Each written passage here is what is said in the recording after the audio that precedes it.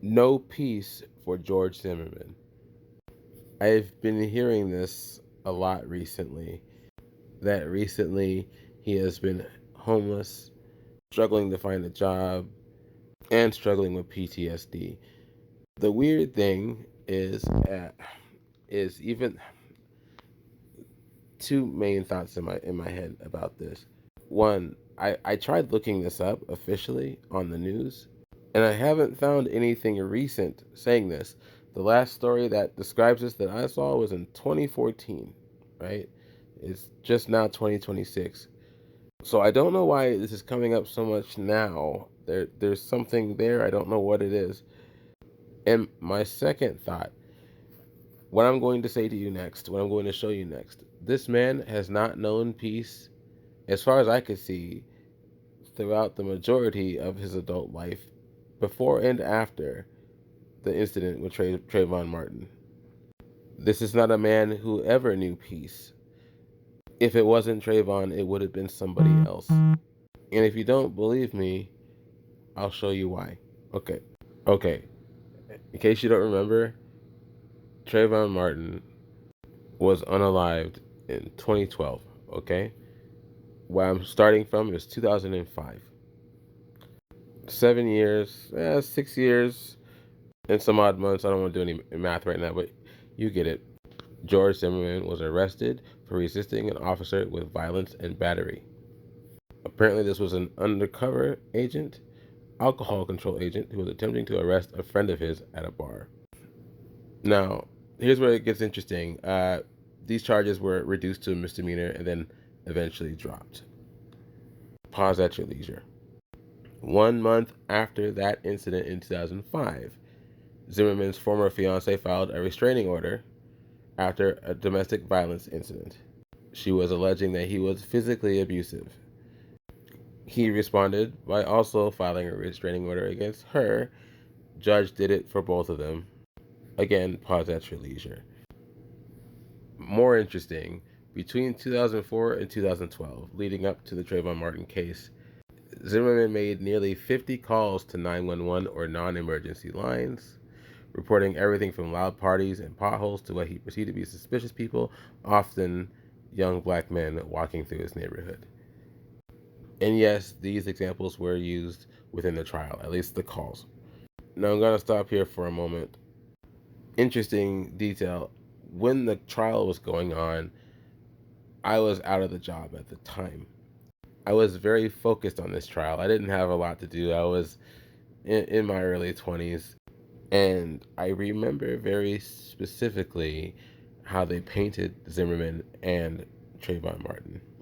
And I won't rehash too much over that except for the defense lawyers were very good at their job. They painted Zimmerman as a man just trying to help out his community, a weak, defenseless man who felt threatened by a young man who didn't also have a pew pew. Yes, I'm throwing a little bit of bias in there. That's in short how I felt. I did not know that history before that until now. Interesting. But wait, there's more. Let's continue. Digest for a moment. All right. Since his acquittal in July 2013, George Zimmerman has had a long series of legal run ins ranging from domestic disputes and road rage to stalking and high profile defamation suits. While he faced numerous charges, most were eventually dropped because witnesses declined to cooperate or prosecutors felt there was insufficient evidence for a conviction. Okay, now pause at your leisure. Please look below. You saw what happened in 2005 with his previous significant other. You see this in 2013. This man was always going to have this mindset. I'm not saying people can't change, right? But as you can see, violent with his ex-wife's father.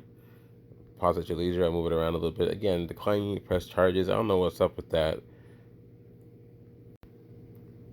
And then later in 2013, now violent with his new girlfriend.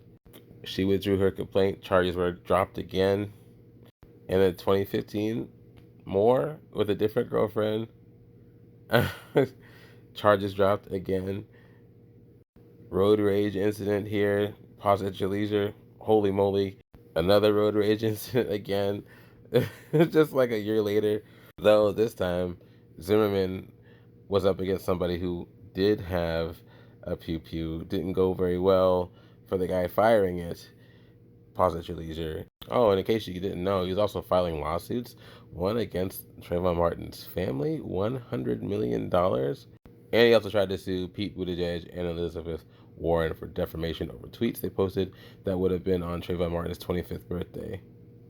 Now, going back to the Trayvon Martin case and George Zimmerman trying to sue for $100 million in 2022. Again, Trayvon Martin case, 2012, 2013, right? He was alleging that they used a fake witness during the trial. Why he waited so long, we can all only assume. But as you can see, this is around the time of not having a job or money, potentially being homeless. Pause at your leisure here. Didn't go through very far though. Failure to show fraud. Futile arguments. Pause at your leisure. No conspiracy without fraud. Excuse me, fraud. And of course, if you've seen the trial, you know that he has had some turbulent times even before all of that. Aggression and insignificance, I would say. I do want to say one last thing. I do want to do a video on this later. I do feel this kind of ties together with current events. I know you've seen what's happened in Minneapolis just recently, just now. ICE agents. And I just want to say 3 words to you: accountability, aggression, insignificance. We have a major problem in this country, and it only seems to be getting worse. All right, with that said, I'm done for now. Like and share if you like what I'm saying. Comment if you do or don't. Let me know what you think, and I will talk to you later.